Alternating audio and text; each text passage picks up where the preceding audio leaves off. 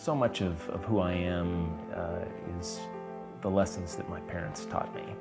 You know, I want to be able to do that for Caroline.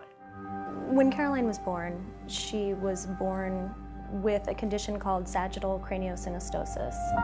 The nurse looked at her head and she says, "Oh, I've never seen one quite like this." One of the soft sutures in the skull is prematurely fused in utero. We had to find out what was the best thing we could do for Caroline. I think the strength that they found in each other and the love that they have for each other, that they didn't let this overwhelm them. Mike is in this because of his belief that all Iowans should have a superb quality of life. As somebody who happens to be openly lesbian, and the fact that I lived in a state that would not allow same-sex marriage was something that was offensive to me.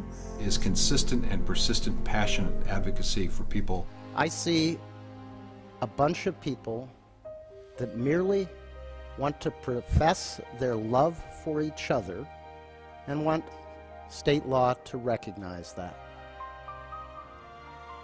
Is that so wrong? That took a lot of guts and a lot of courage on his part. I don't think that's so wrong. That's the passionate kind of individual that Mike Gronstal is. My husband has been encouraging me to go back to school and do something that really makes me happy. I go to school at Des Moines Area Community College. Being a mom and a wife and an employee and a student and, basically being the manager at home. It's a lot of pressure. I wasn't eligible for insurance for about 10 years. Unfortunately, a lot of people are in that situation. For women who have families already who don't want more kids, I think Planned Parenthood is crucial, especially in a small town like this. It would be a disaster if women didn't have access to affordable birth control, exams, or whatever it is that we need.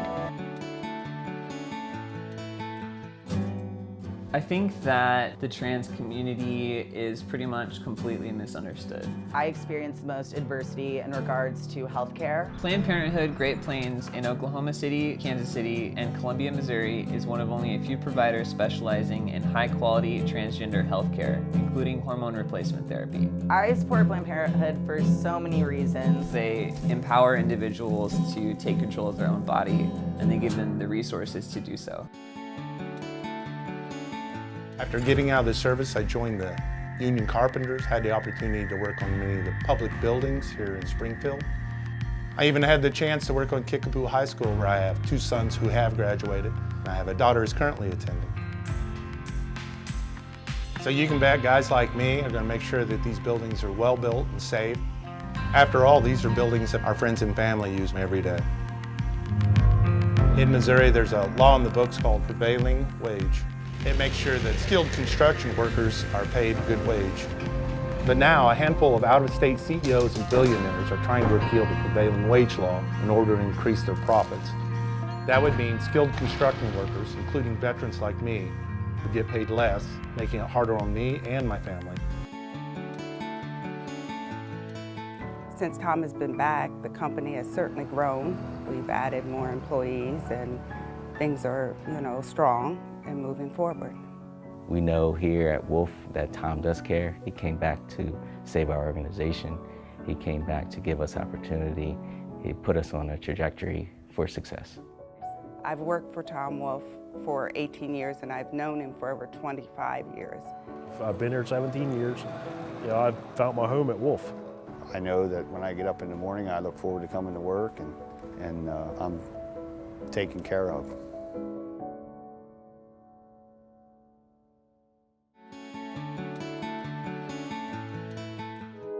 The night before I left to go off to war, I went down to the Boone County Courthouse and the war memorials there. I went through and read the names of every person from Boone County that had been killed fighting for our country.